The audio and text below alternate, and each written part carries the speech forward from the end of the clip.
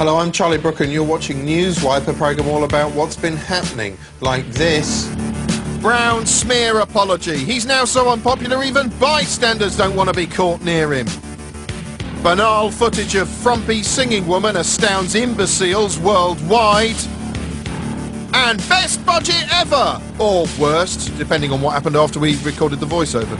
But first, well, look, we were always scheduled to do 5 regular episodes of this programme and 1 best-of compilation at the end. Due to us having limited resources and stretching everything and everyone to breaking point to get things like the G20 protests in last week, and some circumstances beyond our control, which you can probably guess at, we've had to swap the last 2 episodes round, so we're doing our final regular episode next week. This week it's our best-of compilation show full of classic moments, which you're going to love. Starting with this classic moment, it's me standing in a factory full of dummies. It might sound like an odd statement, but the relationship between the news and what I like to think of as real people has shifted somewhat throughout the years. Over to the newsroom. Not so long ago, the news basically consisted of a bloke at a desk telling you, the viewer, what had happened that day, with the help of some reporters, some cheap graphics, and an irritating weatherman. Real people, i.e. us common or garden shoe-wearing schlubs, didn't get much of a look in, except, of course, if we'd witnessed something important. She told me what happened after the first explosion. And the second bomb didn't go off for a good 10 minutes after that.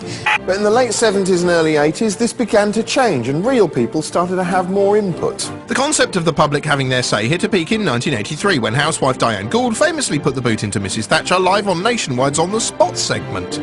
Mrs Thatcher, why, when the Belgrano, the Argentinian battleship, was outside the exclusion zone and actually sailing away from the Falklands, why did you give the orders to sink it? But it was not sailing away from the Falklands. It was in an area which was a danger to our ships. Mrs Thatcher, I am saying that nobody with any imagination can put it sailing other than away from the Falklands. Mrs. I'm sorry, I forgot your name. It's Mrs Comeuppance. It was in an area which was a danger to our ships. Well, now, you accept that, do you?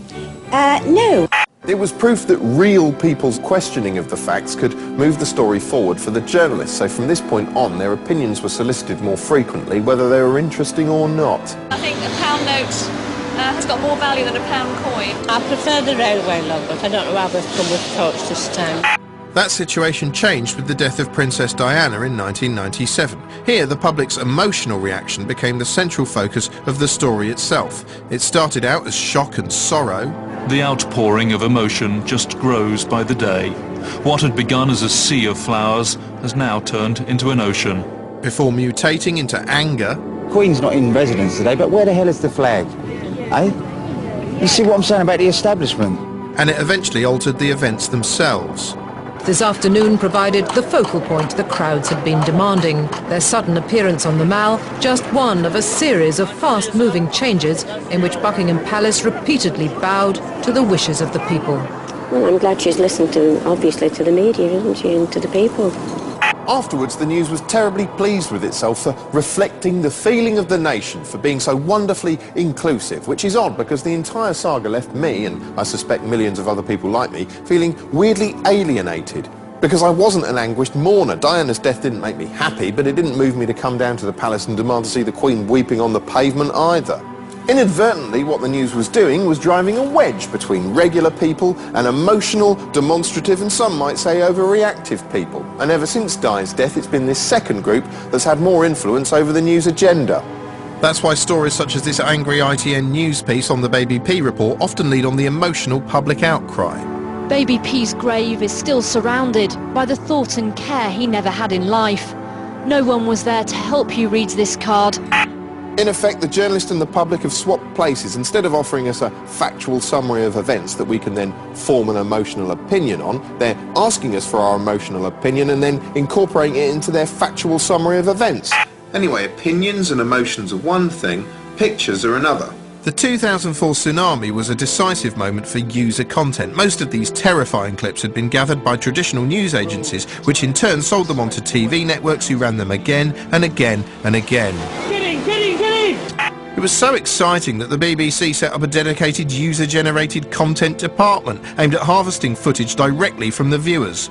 Shortly afterwards, 7/7 happened, and harrowing pictures sent in by those caught up in the attacks quickly made it directly onto the screen. People shot hours of footage. Now, of course, I can completely understand why you'd want to look through a viewfinder if you found yourself caught up in the middle of something like this. Seeing it all through a lens would somehow disconnect you from the misery of what was happening and make it seem less real. At least that's why I do it whenever I get caught up in a bloody argument in a bloody relationship. You're doing absolutely nothing. I mean, do you even care about me? Have you ever loved me? A few months after 7/7, another citizen journalism spectacular occurred as the Buncefield oil depot went up like an exploding oil depot. Minutes after the first explosions, two young men took a video camera to within 50 metres of the fires. They defied official advice to keep away. Yes, helpfully illustrating one of the potential pitfalls of citizen journalism, two amateur filmmakers raced towards the inferno with their lenses on. Aside from recklessly dumb visual observation, we also got to enjoy recklessly dumb vocal observation, as one of them said it wasn't a fire, but actually Satan coming to Earth in the form of oil. It is actually Satan coming to Earth in the form of oil. See? Imagine we were sitting right here when it went, and it did that to those buildings. Yeah, I imagine we'd be dead. Yeah, well, good job there aren't any oil tanks left to explode, yeah?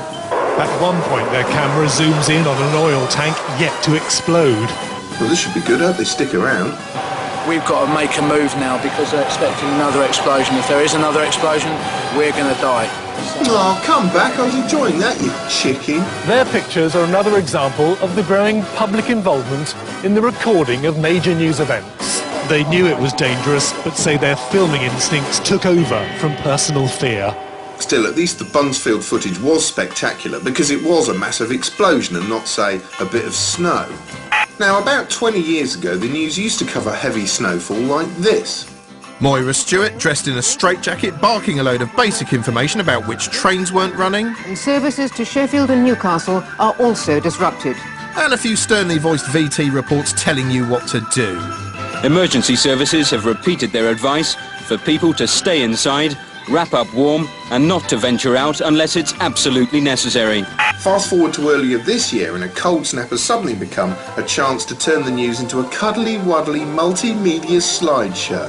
Eventually, the sheer amount of user-generated content they'd received became a self-congratulatory story in itself. 35,000 pictures the BBC yesterday received of the weather, an absolutely amazing response, our biggest ever response. Well, who'd have thought a national weather condition would have generated that many pictures? 35,000 in one day, we just couldn't believe it. How do you wade through all those pictures like that? Yeah, how and why? I think these pictures we're just looking at now, I mean, they're beautifully shot.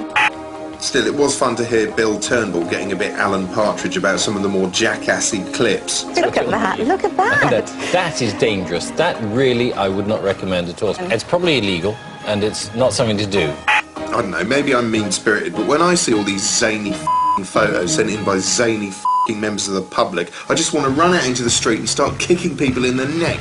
Your snowman pictures, don't send them into the news. You know why? Because they're not news, they're snowman pictures. If the snowman's learned to talk or he's hanging Saddam Hussein, that's news. This is what news looks like, and this is what a snowman looks like. Can you see the difference?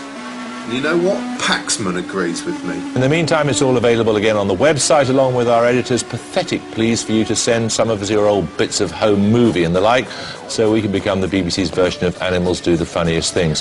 Good night.